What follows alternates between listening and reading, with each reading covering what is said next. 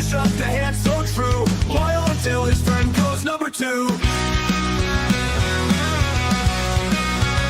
During the heat of the game, it's clear he's a champ when all else disappears. Rally the team with a wink and a cheer. He's the leader that everyone fears. Quickly, it's a real heater. Once my friend, he's a locker room leader. In the chaos, he's the center, turning us into believers. Ladies and gentlemen, it is Monday night. It is 7 p.m. It is that time of the week again. It is the Locker Room Breakdown. This is our Raw perspective. I am OM Dynamic. Bubba Duke is once again on assignment. And what a show we had last week, ladies and gentlemen. And what a show we have tonight, coming to us from the former Arrowhead Pond, now the Honda Center in Anaheim, California. Ladies and gentlemen, the end of last week's Raw really left me scratching my head. I am going to be honest on that. It left me scratching my head. I was not thrilled with the final result, but I digress. I will get into that a little bit later on. The show kicked off with an absolute bang as Adam Pearce was in the ring to discuss the World Heavyweight Championship scenario. And instead of allowing Seth Rollins to vacate the title because Seth Rollins had just had major surgery, Adam Pearce stripped Seth Rollins of the World Heavyweight Championship, which led to a confrontation between himself and the Vision, Bron Breakker, Bronson Reed, and of course, Paul Heyman.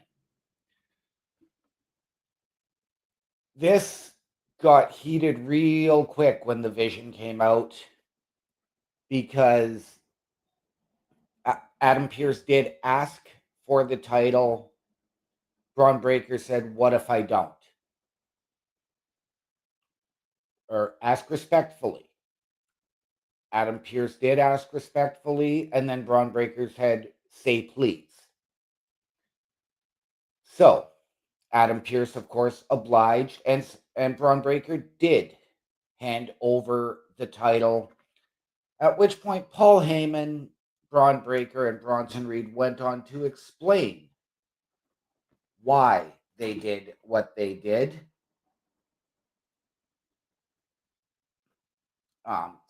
And Paul Heyman said he did not betray Roman Reigns or CM Punk at WrestleMania 41 to align with Rollins, but because he knew that the future lay in Bron Breakker and Bronson Reed, and that's where this vision of Seth Rollins was going.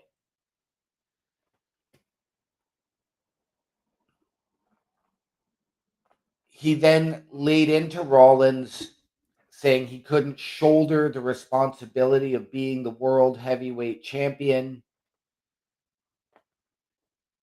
And this is where things, I think, really got interesting, because he made it clear why Rollins was out,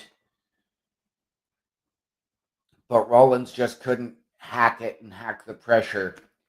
Rollins' vision crumbled beneath him, so to speak. Paul Heyman also called it a revision of the future. I'm great with this. I love where this is going. I am very intrigued to see what is next for Bron Breakker and Bronson Reed. And what are they going to do, and what are they going to bring to the table tonight? Are we going to see them in action? We will find out at 8 p.m. with the Raw Patrol, myself, Chris Best, and whomever else is joining us.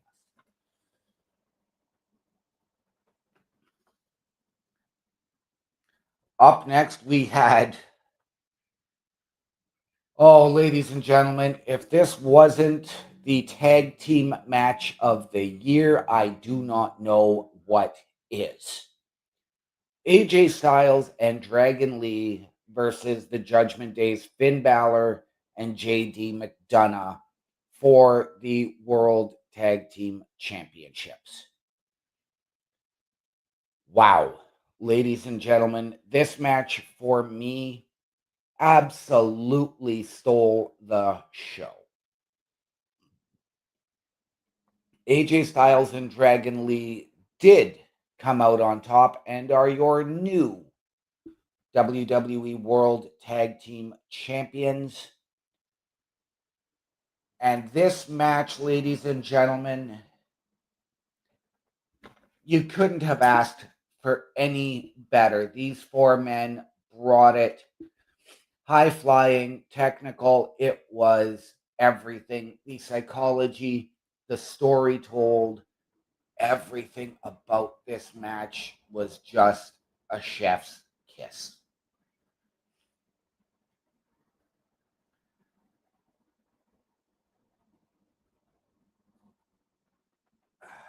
I mean, I'm not a huge Lucha fan. I would have loved to see the Judgment Day retain, but at the same time, they've held the tag titles for how long? And this was their second, maybe third defense. And I am okay with that because I know that we are going to see those tag team titles defended a little more regularly. I wonder if we are going to see a rematch of this coming Saturday at Saturday night's main event, which is already an absolutely stacked lineup, ladies and gentlemen. And there's more to come. I cannot wait for what this Saturday has in store for us. McDonough and his obvious work in selling, Finn Balor and AJ Styles, of course. I did question if, maybe the Bullet Club history would have come into that, as it was Finn Balor who was on his way to WWE at the time when AJ took the reins of the Bullet Club from him. We also know that they have had some classic matches as well as tag team history together where they united under not necessarily united under the club banner, but they used the Too Sweet gesture and they worked for the betterment of it, actually, ironically, against the Judgment Day.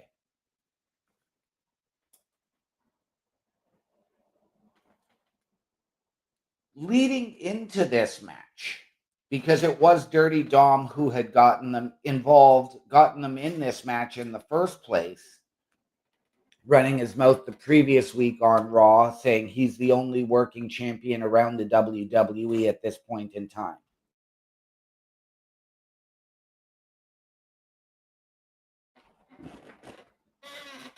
The funnier part of this was afterwards, after the match, and we saw them walking around backstage. What do AJ and Dragon call themselves? Do they call themselves Dragon Styles? They even made a joke about calling themselves AJ Lee. And yes, ladies and gentlemen, that did get a good laugh out of me. I do love it when you can play on that type of a banter. And that was incredible. For me, ladies and gentlemen, this was the absolute match of the night.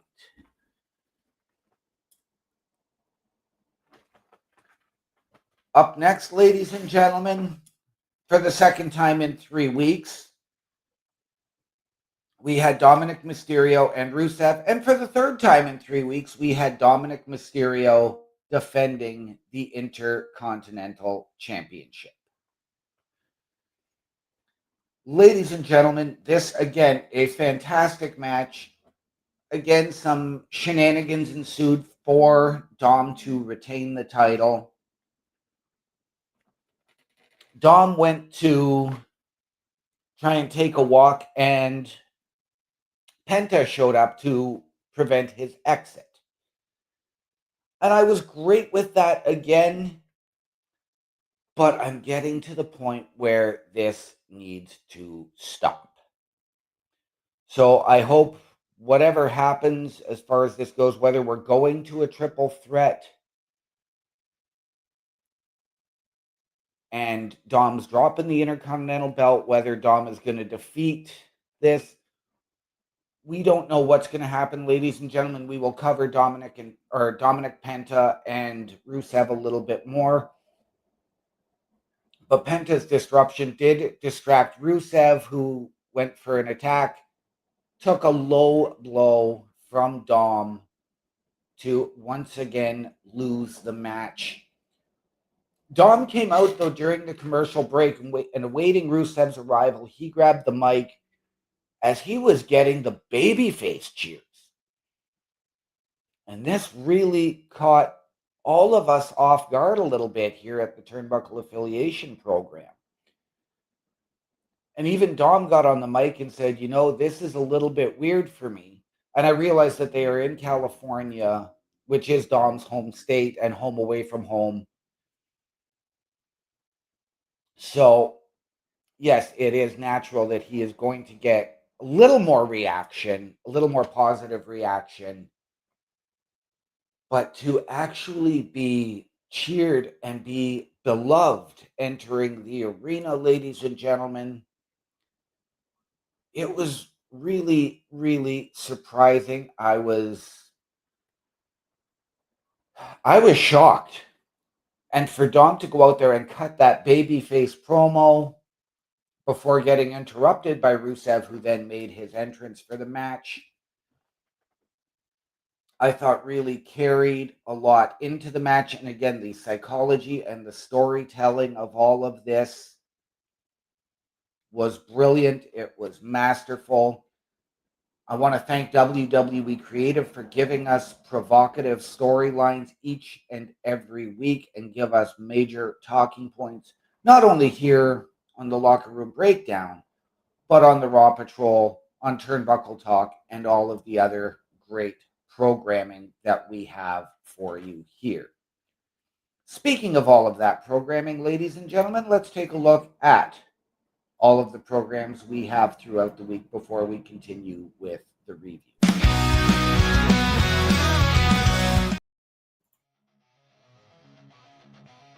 Turnbuckle Studios and the Turnbuckle Affiliation Program bring you the week of streams. Monday nights you get the Locker Room Breakdown at 7 p.m. Eastern, followed by the Raw Patrol at 8 p.m. Eastern. Tuesday brings you the flagship show, Turnbuckle Talk, at 8:05 p.m. Eastern. Wednesday we play games with the PlayStation Showcase at 8 p.m. Eastern. Thursday we go TNA when we brace for Impact at 7:55 p.m. Eastern. Friday we secure all details as we answer the call for the SmackDown security detail at 8 p.m. Eastern. The weekend brings you Saturday Night Gaming at 8 p.m. Eastern. On Sundays be sure to catch the Chris Parrish podcast at 12:15 p.m. Eastern, followed by the Boar's Nest at 8 p.m. Eastern. Be part of the shows and join the chat every day. And ladies and gentlemen, if you want to get involved in podcasting, content creation, collaboration, or just help us out behind the scenes, turnbucklestudios.org is the place to go. That is where we can help you do that. Go to the hosts link where you can meet the team. Myself, Chris Best, Chris Parrish, Bubba Duke, and Carl Carafel. Get all of our social media links and hit us up there. Go to turnbucklestudios.org/join to send us your credentials, how you think you can be beneficial to us, how we can be beneficial to you, and we can sit down and discuss it collectively. Go to the shop link to go to carlcarafel.redbubble.com and get all of our merchandise. And from there, ladies and gentlemen, turnbucklestudios.org, it does have all of our latest weekly episodic shows, including this one, which will go up a little bit later on. But I digress, ladies and gentlemen. Back to the review. I did forget, as part of that opening segment with Adam Pearce, we were given the announcement of a battle royal to determine the new number one contender in the men who would face CM Punk this Saturday at Saturday night's main event to challenge And it was a 20-man over-the-top battle royal, but we will get into that a little bit later on. But we did have Jimmy and Jay discussing things for this, and Jay told his brother, the Usos were talking about it. Jimmy was trying to convince Jay that Roman doesn't have everything. Roman's not even there. Roman had told them after Crown Jewel that he didn't want to see them until Christmas. And that's okay. I'm sure we are going to get Roman very, very soon. I wouldn't be surprised if Roman shows up on Saturday night. But we will find that out on Saturday.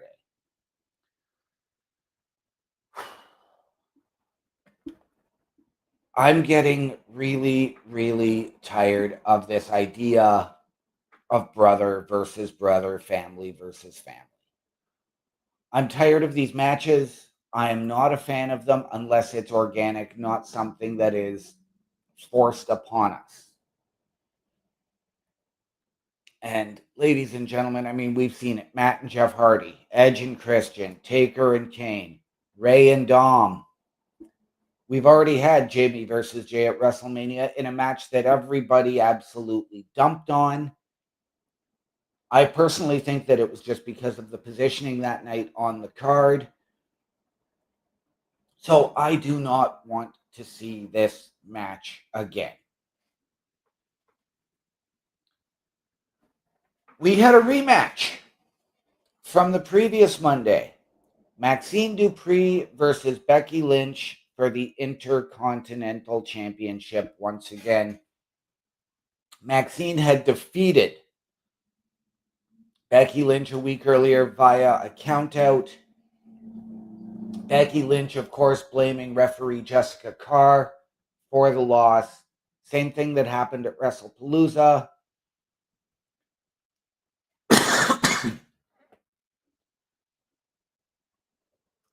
And ladies and gentlemen, I said it before. I said it 2 weeks ago. I said it last week, and I'm going to repeat myself. Maxine Dupree is the most improved female competitor since Liv Morgan. I cannot believe the work she has put in, and I know she is training with Natalya in the dungeon, and they are working on building the dungeon dolls. I think that is the way for Maxine to go, is really focus on getting herself better. Challenge for the tag team titles, maybe win those first, and then really explore what you can do. If you want to do a quote-unquote proving ground match, have Maxine face Natty one-on-one as sort of a mentor-mentee match. Teacher versus student, I would be great with that. If that is what we need to do, it doesn't even have to be a rivalry. It can be a match built on respect to really, really elevate Maxine. But full credit to Becky Lynch, who is making a mid-carder seem far more relevant. And as I've said, Maxine Dupree is vastly improved from where she was 6 months ago. She is the most improved competitor since Liv Morgan. Once again, ladies and gentlemen, this match delivered. And this is what I said. Raw has been delivering each and every week. It gets progressively better. It has not gotten stagnant in a long, long time. And that is since TKO took over and since Triple H took over as Chief Content Officer.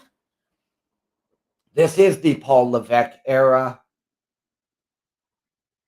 This match did take place in Maxine's hometown of Sacramento, California.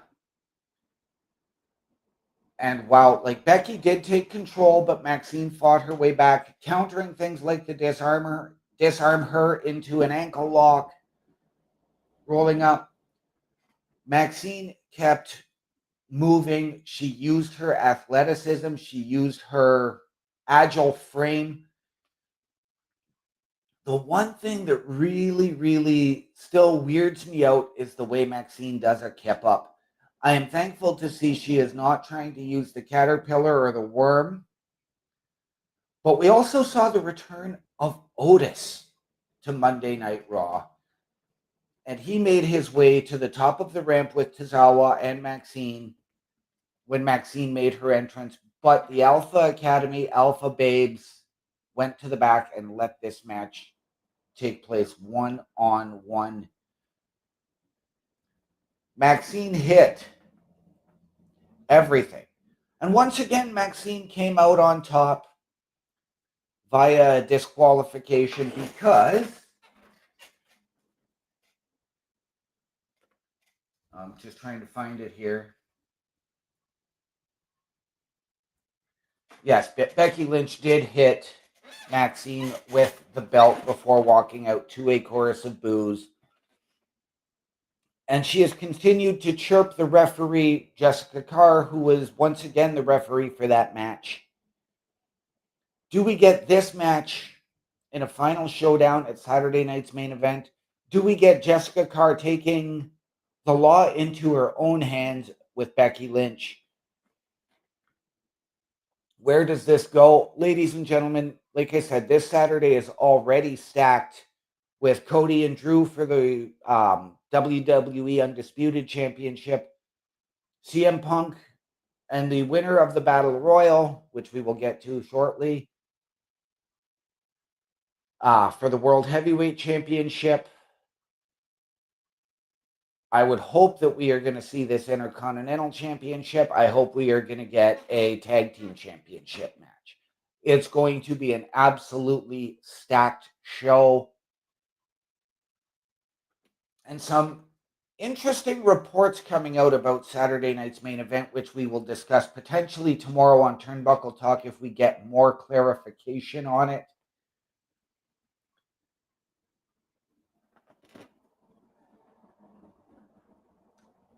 But I cannot wait. I want to see these two again and again and again. Stephanie Vaquer versus Roxanne Perez. Ladies and gentlemen, this match got interrupted for me. I had some technical difficulties last week, so I really didn't get to see or process this whole match. I got it in bits and pieces. I ended up having to exit the Raw Patrol early due to these technical difficulties.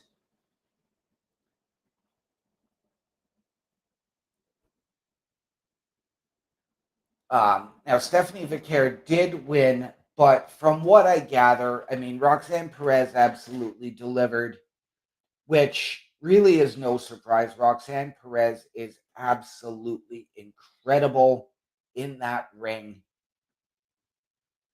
And I'm going to say this, by the end of 2026, Roxanne Perez will be challenging for the women's title, whether it is on Raw or on SmackDown. Roxanne Perez will be a champion by the end of 2026. I will put a guarantee on that. Now, there was interference, of course, from Raquel Rodriguez, which is of no surprise because they are Judgment Day. They are sisters, I guess. They all three, Roxanne, Stephanie Vaquer, and Raquel, are all of Hispanic heritage, and it is great to see so many being showcased each and every week. And yes, I know that some of this has to do with the alliance with AAA, but this is absolutely huge. I love it, ladies and gentlemen. Everybody is being involved, getting involved on every show. Very, very few people are left sitting back in catering unless you're injured. Now, yes, after the match, which Vaquer did win, Raquel Rodriguez came in and they continued to beat her down until Nikki Bella came out to make the save. And we know that there was history there. And I'm okay with this because has been Nikki Bella in a limited capacity. But we know that she has, again, Nikki is of Hispanic heritage. So for her to be able to come out, get involved, and set this up, whether it's going to be a tag team match or what it's going to be sooner than later, is going to be very, very interesting. We're going to find out tonight what happens. I'm not a huge Nikki Bella guy, but it keeps the story moving forward. After this match, another huge segment backstage involving Paul Heyman. In fact, two segments that happened. First, Paul Heyman was informed by Adam Pearce that neither Braun Breaker nor Bronson Reed would be involved in the Battle Royal. And Paul Heyman went through, did the same thing. Adam Pearce made him go through the same rigmarole that Braun Breaker put Pearce through in the ring earlier in the night. And Paul Heyman did go and say, respectfully, could you please put them back in the Battle Royal? Adam Pearce made him say, please. Paul Heyman, respectfully, Adam Pearce, sir, would you please kindly put Braun Breaker and Bronson Reed back into the Battle Royal? Adam Pearce then looked at him, said, no, slammed the door in his face. After that, Paul Heyman was then confronted by Becky Lynch backstage. Paul Heyman then pleaded with her and said, there is a place for you in the Vision. Becky responded saying, quite frankly, Seth's surprised you didn't do this sooner. And your snake oil salesman pitch has no effect on me.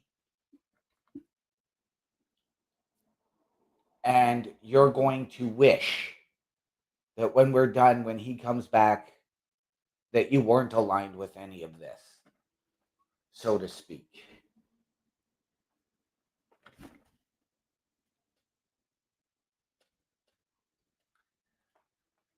Now we come to the main event of the night, which was the 20-person over-the-top rope battle royal. And it featured a lot of the superstars who had already been in action over the night, including Rusev, including Penta, Dominic Mysterio, among others. And this is what left me scratching my head, ladies and gentlemen. Jimmy Uso saved Jay more than once in terms of being eliminated. When Jimmy Uso and LA Knight were tangled up in the ropes, Jay went over. I know he was trying to eliminate LA Knight, not necessarily trying to eliminate Jimmy. He actually did reach out to grab Jimmy's foot, but missed. And left Jimmy absolutely frustrated while Jay went on to win the match, despite almost getting eliminated by Dom Mysterio. And ladies and gentlemen, can you imagine how Sacramento would have reacted had Dom won that match? I know I would have popped. But Jey Uso with his second Battle Royal win of the year after, of course, winning the Royal Rumble earlier this year. But ladies and gentlemen, I have to ask, why Jay? Why? For me, it's going to make sense if they put the belt on Jay as opposed to putting it on CM Punk. And quite frankly, I do think both men deserve the belt. CM Punk has always found himself in the chase. Anytime he gets close, he is interrupted. Something else distracts him. And he just can't win the big one. For me, I want to see if they put the belt on Jay, turn Jay heel. Don't make Jimmy turn heel to give CM Punk the belt. Make Jimmy the baby face in this situation. Turn Jay heel. You could do the same thing with Punk. Have Punk win it and turn Punk heel. Let Punk realign with Paul Heyman as the leader of the Vision. You could do that with either of them. I don't think the Vision fits Jey Uso, but I don't need another Bloodline Civil War either. So, ladies and gentlemen, for me, this really didn't make a whole lot of sense. I'm not a huge fan of the decision unless you're going to put the belt on Jay and turn him. That is where I want to go with this. But ladies and gentlemen, it is almost time for the preview. So ladies and gentlemen, take a look at how you can help us and then our merch. A Turnbuckle Affiliation program is looking for more people. If you have passion level for pro wrestling, sports, video games, or something else, then Turnbuckle Studios is the place to be. If you have ever wanted to pursue content creation and want to join our team, then we would love to have you. Check out turnbucklestudios.org or contact us by email today because your future is now, and we want you to tap in.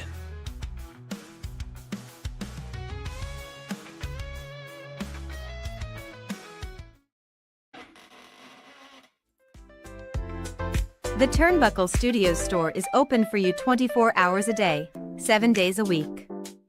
Get the merch and represent the best from the shows you watch on a weekly basis. Multiple styles to choose from with over 10 products available. Don't get left out and pick up all your favorites today. Find us at carlcarafel.redbubble.com. All right, ladies and gentlemen, it is time for the preview for tonight. And ladies and gentlemen, we are going to get Penta versus Rusev in a number one contenders match for the Intercontinental Championship. Again, ladies and gentlemen, I am going to ask why. Both of these men have lost the last 3 weeks to Dominic Mysterio.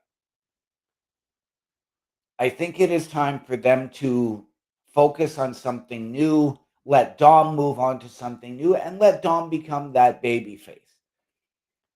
Let's have those cracks form in the foundation of the Judgment Day. Let's get that Finn Balor or JD McDonough versus Dominic Mysterio. I would be all for it.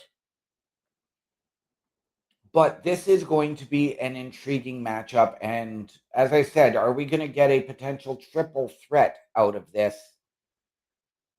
This match is, again, going to be hard-hitting. But again, this is a match we've also seen fairly recently. I think about 4 weeks ago, we saw a number one contenders match between these two.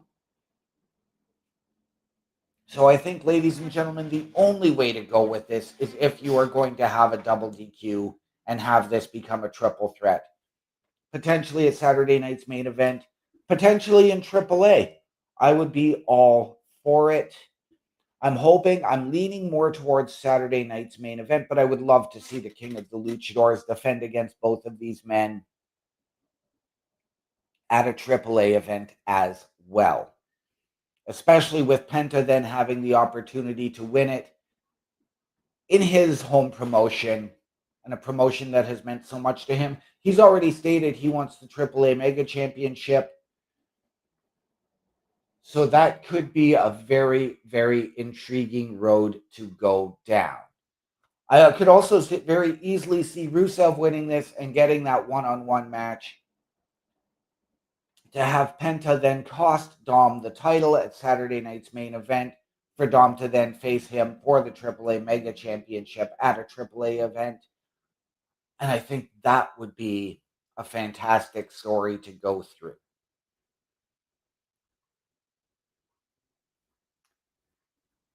I am hoping this next match is going to be better than what I think it's going to be. But I'm going to put a lot of pressure on Roxanne Perez here right now, as Roxanne Perez will face Nikki Bella tonight based on what happened last week with Nikki coming out and saving Stephanie Vicaire after that women's match that Roxanne had. Now, Roxanne is phenomenal. She can work with the bigger competitors, and the pressure is on for Roxanne to really guide Nikki. I know Nikki's got the experience, ladies and gentlemen, but Nikki is there and she's gone. She's there and she's gone with backstage appearances here and there. I don't have this match ranked highly on my card. I'm hoping that this is maybe something that you can open the show with. Even if they set the bar, you can build that bar up. So, Roxy, the pressure is on you, sweetheart. Please, please, you got to deliver. We've also had a challenge put out over social media, as Bayley has asked for Charlotte Flair and Alexa Bliss to come to Raw and face her and Lyra for whether it's for the tag team titles or not tonight. And ladies and gentlemen, I am intrigued by this. We already know that Charlotte and Alexa have said yes, they will show up. We don't know whether it's for the titles. This match was not officially announced for Raw.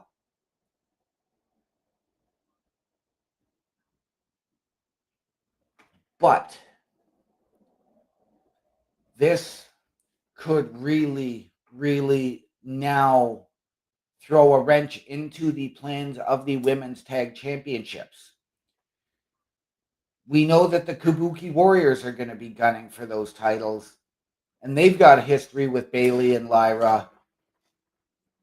You also know that the Judgment Day could be getting involved, and this could lead to a huge, whether it's a four-way, whether it's a gauntlet. I don't think this is going to happen at Saturday night's main event, but I do think that it could happen next week or in the coming weeks in the build to Survivor Series. Ladies and gentlemen, I would love to even see this at Survivor Series. This is going to be a very, very intriguing situation, and I am here absolutely for it.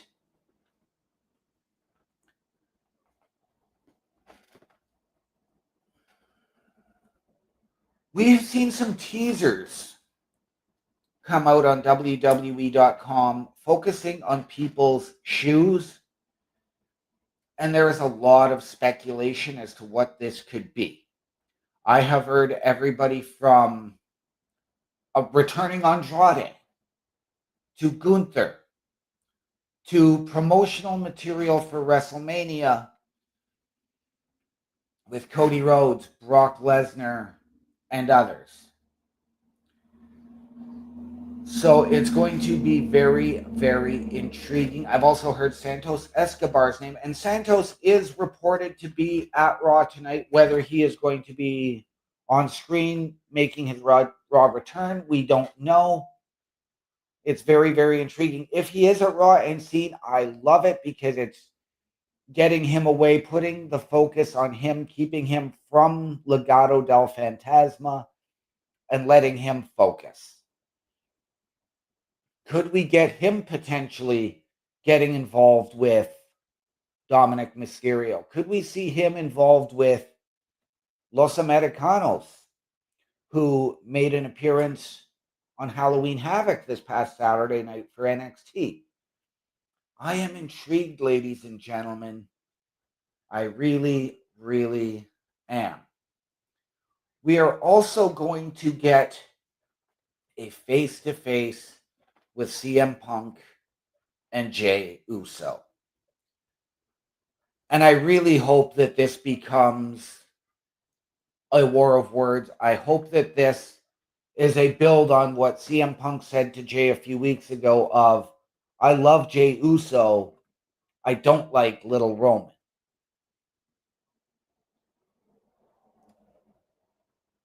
I don't want this to get physical. I want this to be a match about respect, friendship, and maybe one of them turning heel at Saturday night's main event, whether whoever wins or loses.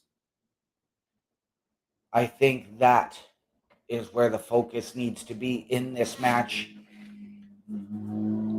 Do I expect Jimmy Uso to get involved?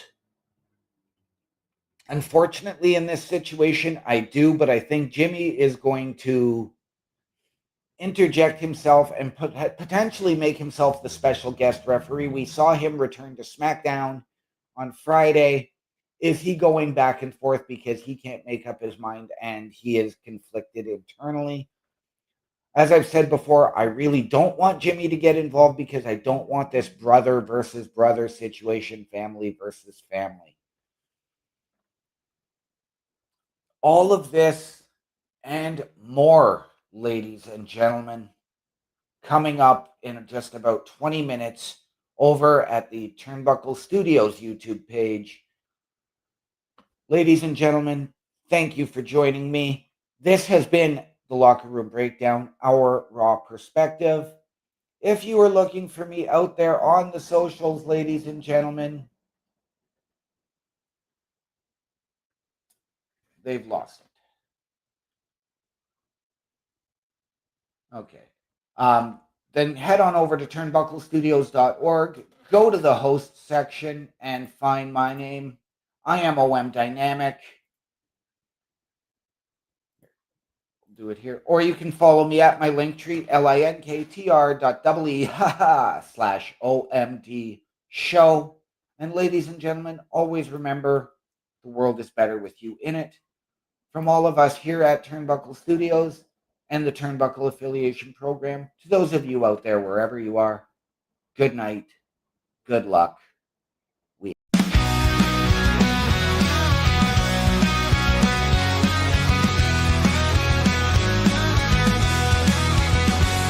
In the locker room, a guy you'll find loves bad hockey, teams can't deny. His best friend is just a hand so true, loyal until his friend goes number 2. During the heat of the game, it's clear he's a champ when all else disappears. Rally the team with a wink and a cheer. He's the leader that everyone fears.